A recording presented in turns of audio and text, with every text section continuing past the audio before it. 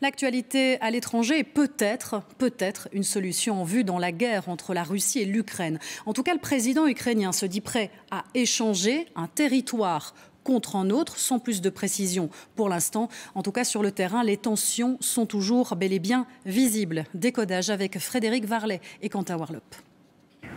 Alerte aux missiles balistiques et des frappes russes sur 5 districts de Kiev très tôt ce matin. Bilan, au moins 1 mort et 3 blessés. Quand je suis arrivée pour travailler, j'ai tout vu. Il n'y a plus de fenêtres, tout est cassé. C'est horrible. Près de 3 ans après le début de la guerre, les combats se poursuivent. Pourtant, Volodymyr Zelensky envisage un échange de territoires conquis contre des territoires perdus.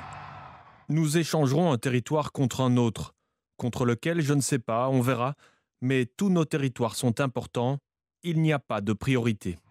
Problème, la Russie qualifie cette proposition d'absurde dans le cadre d'éventuels pourparlers de paix. Les forces russes occupent actuellement environ 1/5 du territoire de l'Ukraine, soit 112 000 km² dans l'est et le sud du pays, contre seulement 450 km pris par les Ukrainiens dans la région russe de Koursk. Mais la fin de la guerre pourrait bien être arbitrée par les États-Unis. Et Donald Trump, pas peu fier d'accueillir Mark Vogel, 63 ans, libre après avoir été détenu en Russie depuis 2021 pour possession de drogue.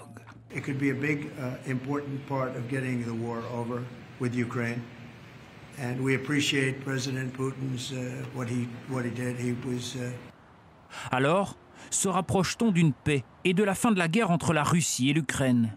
Les négociations s'accélèrent. Un plan pour la paix pourrait être présenté d'ici quelques jours lors de la conférence sur la sécurité de Munich, en Allemagne.